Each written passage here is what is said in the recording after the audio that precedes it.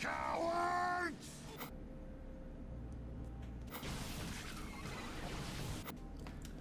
Yes indeed, welcome back to Sanctum on Second Thoughts. Now, I thought I'd try and finish off the first level and get through the first 20 waves while I'm just going over this. Now, I'm not going to be able to cover all 20 in this video, so I'll probably cut it after a few and show, I don't know, 6, 7, maybe 8, and then 19 and 20. So, I've been playing Sanctum now for the fair part of the weekend, and I have to say, some of my first impressions have held up, but some of them have changed slightly. Whoa. See, one of the things I really dislike about the mobs is the fact that they can punt you quite far. Where am I gonna land? Where am I? Oh, fail. As I was saying, some of the mobs can punt you quite far. There is an achievement actually to get knocked back and then kill something with a grenade. Which I've not got yet, but I hope I will soon. Now, one of the things that I did like about this is the cheapness of the blocks, the initial ones that you have to put down to be able to build anything. They're only 2 resources, and I really like that, but it does have some problems attached to it. Now, while there are only 2 resources, you can pretty much plan out your entire pathing on wave 1, wave 2. But at the same time, it meant that I wasn't really placing any new blocks as I was going along through the waves. I'm now on wave 7, and this design that I'm running with currently, I've actually been using since wave 1.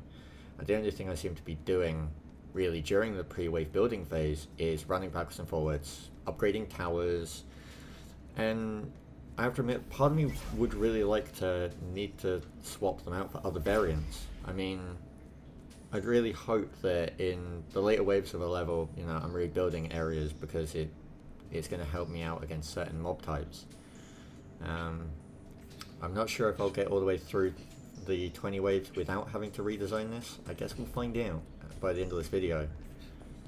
Now, I have to admit that tower defense isn't really my favourite game. I'm not that great at them, as well as just they don't really click with me, and it's not really something I enjoy. But wow, that's a big guy.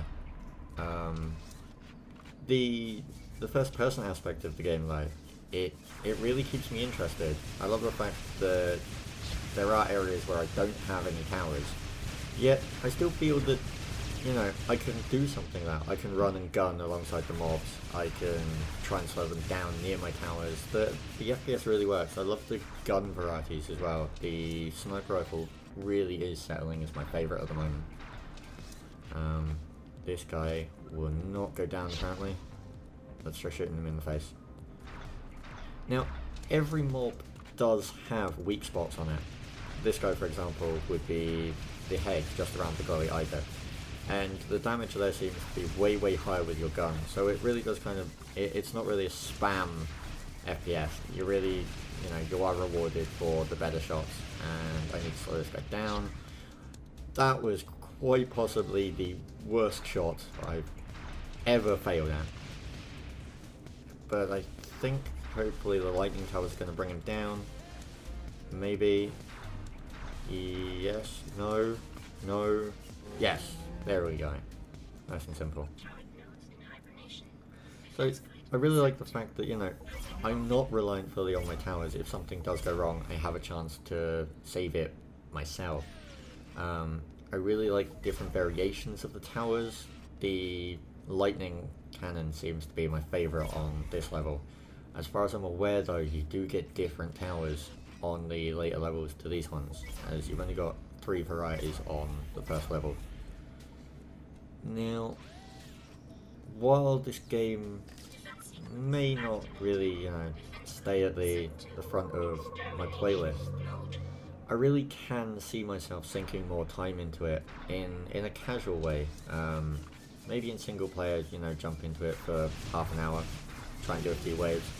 But the co-op, I can really see myself sinking a lot of time into in regards to where I'm spending my co-op time. I really do feel that the game has a fantastic help or hinder aspect. I mean, each player is given their own resources. You can build towers, you can upgrade towers. You might be trying to set up something and your partner thinks it's a dumb idea and goes and sets up his own little area.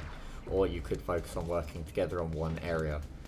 It really does enable you to have a mess around with your friends. Not only... it not only allows you to work together, but you can also work individually, and it does really give that kind of messing with your friends stuff.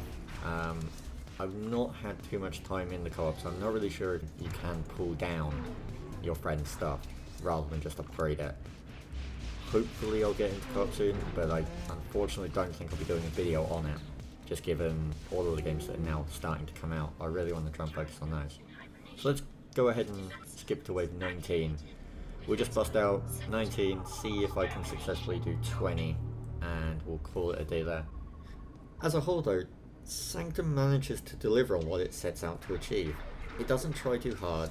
It's not trying to combine these two genres in some gimmick way that feels awkward and clunky.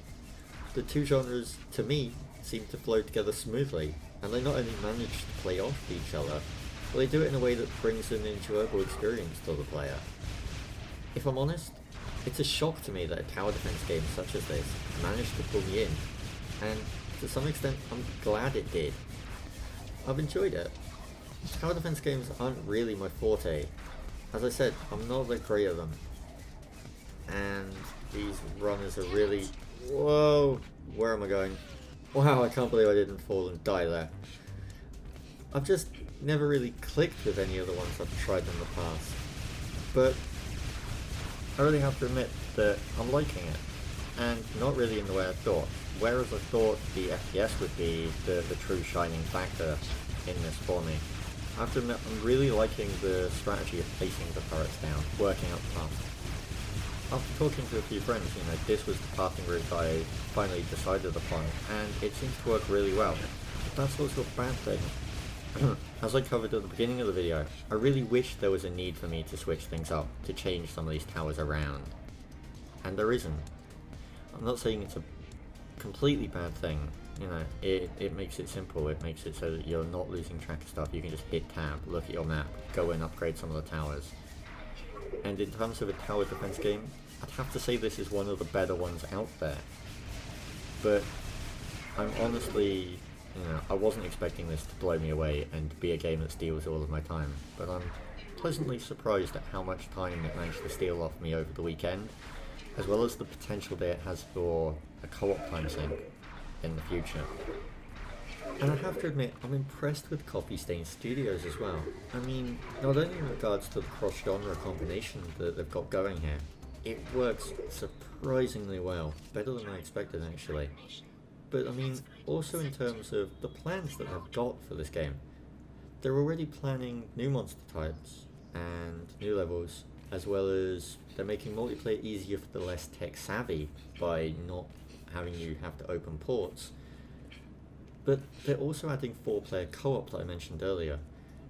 And while I'm a bit worried about the 4-player co-op in regards to how it's going to trivialize some of the waves maybe, or how it might not scale great, at the same time I'm optimistic for it. I mean, 2-player co-op will probably be where my time is going rather than 4. Anyway, let's go ahead and give wave 20 a try. And that big guy has not dropped at all. Ooh, this is worrying. Okay, the core is still at 100% at the moment, but this guy may cause me some problems. He does not want to go down. He really is built like a tank. Jeez. Now, the big crits really do make a difference. I mean, I'm getting 1.5k crits now with that sniper, but if I don't hit the head, I'm only getting 400s. And with a K difference between the two, that really does matter when you're focusing on these big boss type guys. I honestly am skeptical that I'm going to bring him down in time, and that's even if I do hit all of the crits. all I can think really is that if this was co-op, at least, I don't know, we'd be able to unload more bullets into him. But in single player, it really does come down more to the towers at this point, I think. And I haven't upgraded the cannons enough, it would appear this guy's going to get past them. And once he's past this corner, I really can't stop him. There he goes. He's still got a good chunk of his health left. He's gonna get to the core from here. There's no way I can slow him down enough. On second thoughts, Sanctum does live up to its expectations. I mean, it set out to achieve a beautiful combination of these two genres, and it succeeded. It won't hold the spotlight position in my library, but it will continue to be on the playlist for a good while, especially with the co-op. For the price it is, it's gonna get its money's worth, and I've only begun to scrape the surface in co-op, and I truly cannot wait to sink my teeth further into the co-op. And that guy's just knocked me off the edge, and that's sweet justice for him.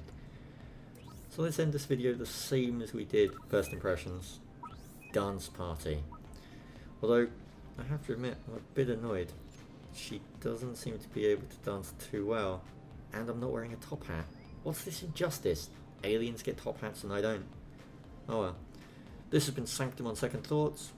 I hope you enjoyed it as much as I did. Thank you.